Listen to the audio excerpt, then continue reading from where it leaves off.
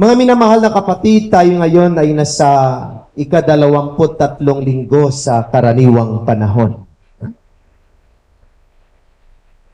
At ang ating mga pagbasa at higit sa lahat ang ating ebanghelyo sa aking pagninilay ay naalaala ko ang palagi nating inaawit sa katapusan ng ating banal na misa. At sabi ng awiting ito na ating palaging inaawit ay walang sinuman ang nabubuhay para sa sarili lamang. Tayong lahat ay may pananagutan sa isa't isa.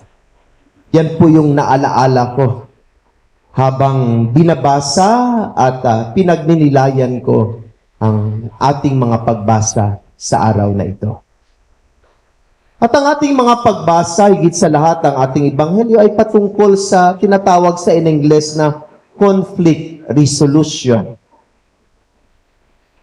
Paano iayos ang mga hidwaan? Tayo ay tinuturuan kung paano ituwid, itama, at ipaalaala ang pagkakamali ng ating minamahal, ng ating kapwa. At ang mga ito ay nakaugat, sabi na ikalawang pagbasa, mga ito ay nakaugat sa pagmamahal. Sabi sa English, true love corrects the mistakes, even it is painful. Ang totoong pag-ibig ay handa daw ituwid ang isang pagkakamali, kahit ito kuminsan ay masakit.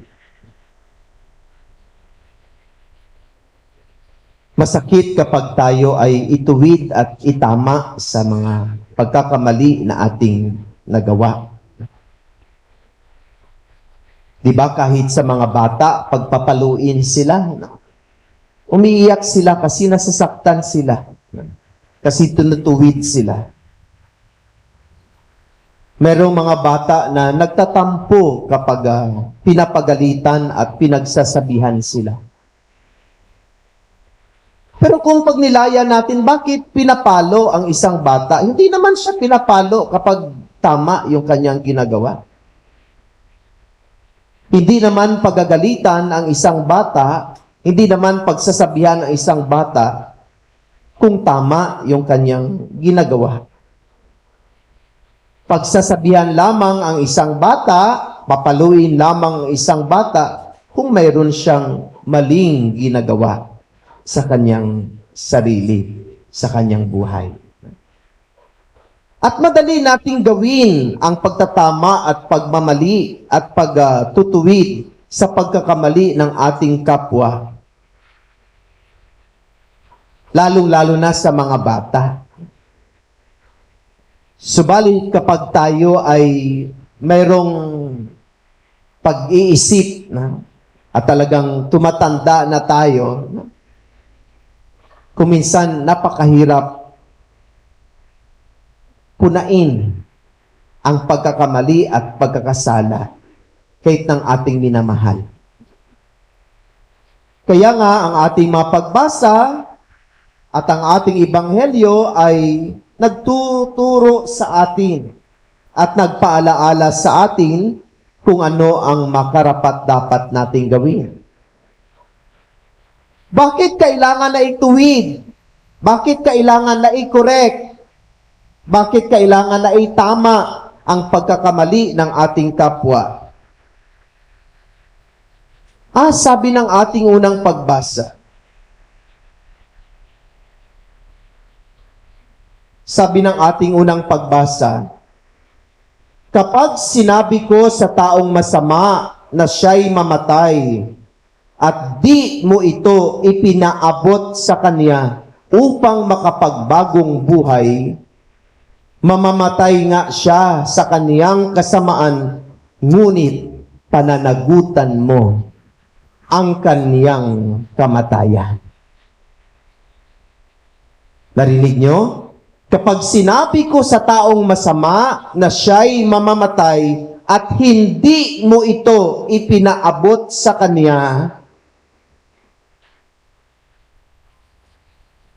mamamatay nga siya sa kaniyang kasamaan, ngunit pananagutan mo ang kaniyang kamatayan. Ngunit kapag binabalaan mo ang masama, gayon may hindi rin nagbagong buhay, mamamatay siyang makasalanan, ngunit wala kang dapat panagutan. Kaya, importante na punain at itama ang ating kapwa na nagkakamali at nagkakasala dahil mayroon tayong pananagutan. Kapag siya'y nanatiling gumawa ng masama hanggang sa kaniyang kamatayan. Subalit, kapag siya'y ating itinuwid at itinama, ngunit hindi siya nakinig sa atin, oo, mamatay siyang makasalanan, ngunit wala tayong pananagutan. Dahil, sinabihan naman natin siya Pinaalalahanan natin siya sa kanyang pagkakamali at pagkakasala. Ang problema lang, kapag hindi natin siya sinabihan, hindi natin siya itinuwid at itinama, at nanatili siyang makasalanan, kapag siya'y mamatay, meron tayong pananagutan. At ito ay magawa lamang natin kapag tayo ay merong pag-ibig at pagmamahal. Kaya nga ang sabi ko, ang totoong pag-ibig ay handang ituwid ang pagkakamali kahit ito'y masasaktan. Kasi mahal mo siya Ayaw mo siyang manatili siyang nasa kasamaan. Kaya bahala na masaktan siya, masira ang iyong pagkakaibigan. Basta ang importante, sinabihan natin siya. Pinaalalahanan natin siya. Itinama natin ang kanyang pagkakamali at pagkakasala. At ang ating ebanghelyo ay nagturo sa atin ng proseso, tamang proseso, kung ano ang dapat nating gagawin sa pagtutuwid at pagtatama. Sabi ng ating ebanghelyo, kung magkasala sa iyo ang kapatid mo, puntahan mo siya at kausapin ng sarili na. Mag-heart-to-heart talk kayong dalawa. Mag-usap kayo ng mabuti. Kayong dalawa muna ang mag-usap. Kung maayos inyong dalawa, very good. Pero kung hindi ninyo maayos at hindi siya makinig sa iyo, magsama ka ng mamamagitan. Magsama ka ng mediator na mag-mediate mo, pumagitna sa inyong dalawa. Ibig sabihin, hindi pala tayo hihinto hanggang hindi natin ma-resolve ang problema. Hindi natin maayos ang nasirang relationship. Kapag hindi natin kaya na tayo lang, maghanap tayo ng makakasama na pwedeng mamamagitan upang pakinggan ang dalawang panig. At kapag hindi nakinig sa nanamamagitan, magdala pa tayo ng marami pa. Dalhin natin sa ating community.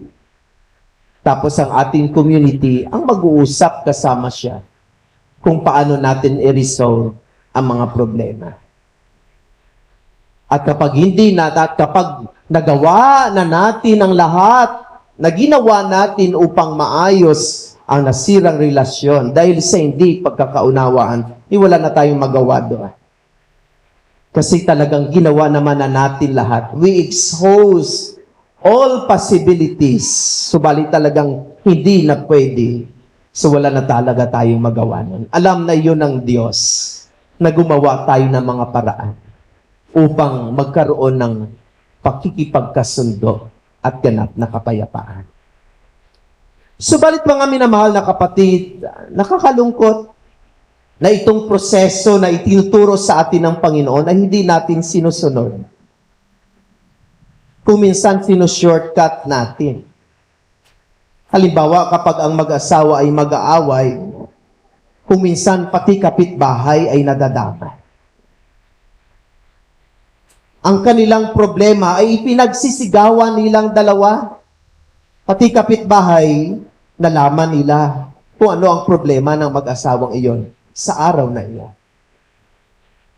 Tapos kung minsan, sinushortcut natin. Ipabarangay natin kaagad. Hindi pa nga kayo nag-usap.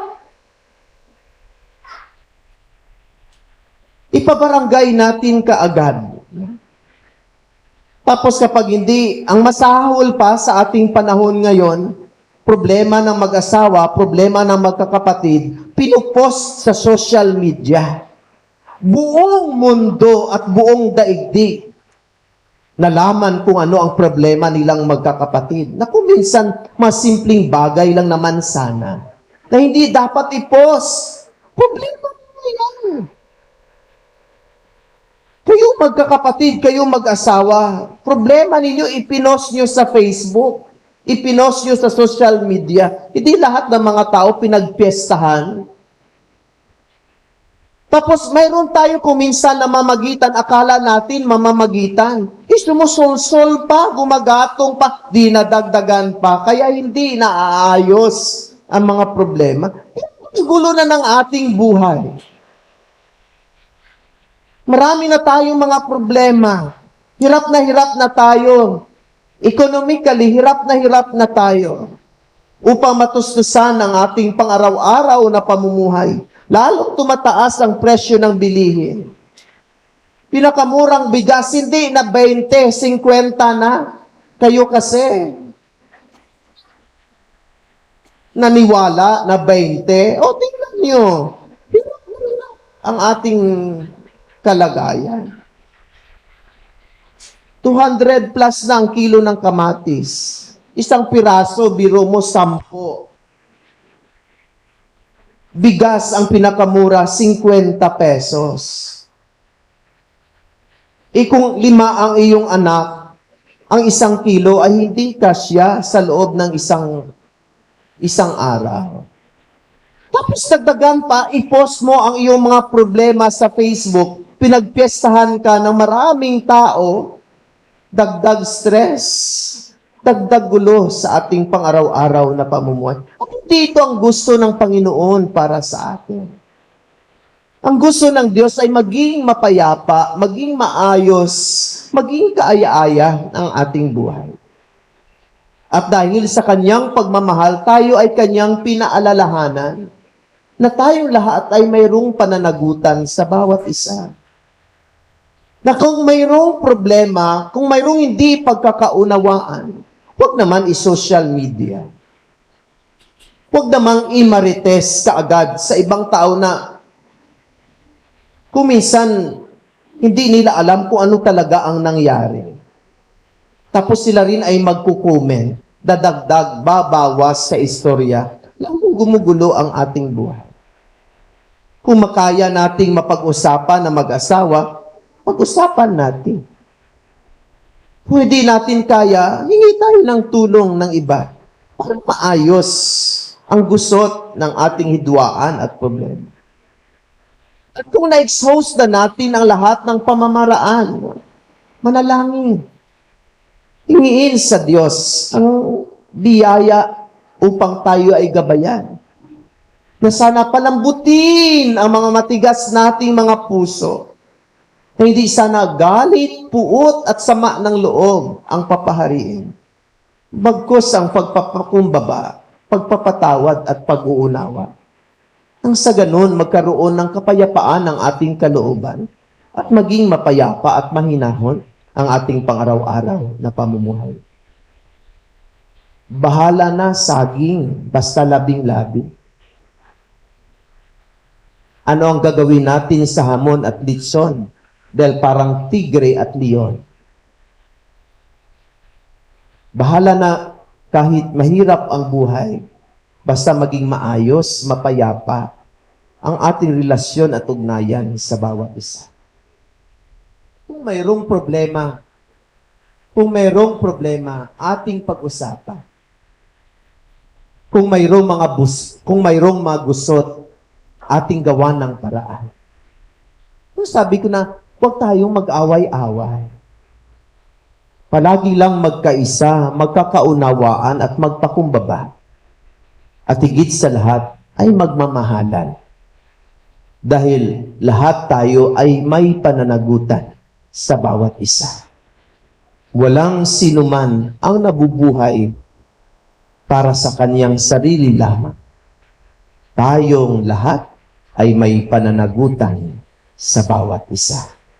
Upang magkaroon ng ganap na katiwasayan, mahinahon at mapayapang buhay. Amen.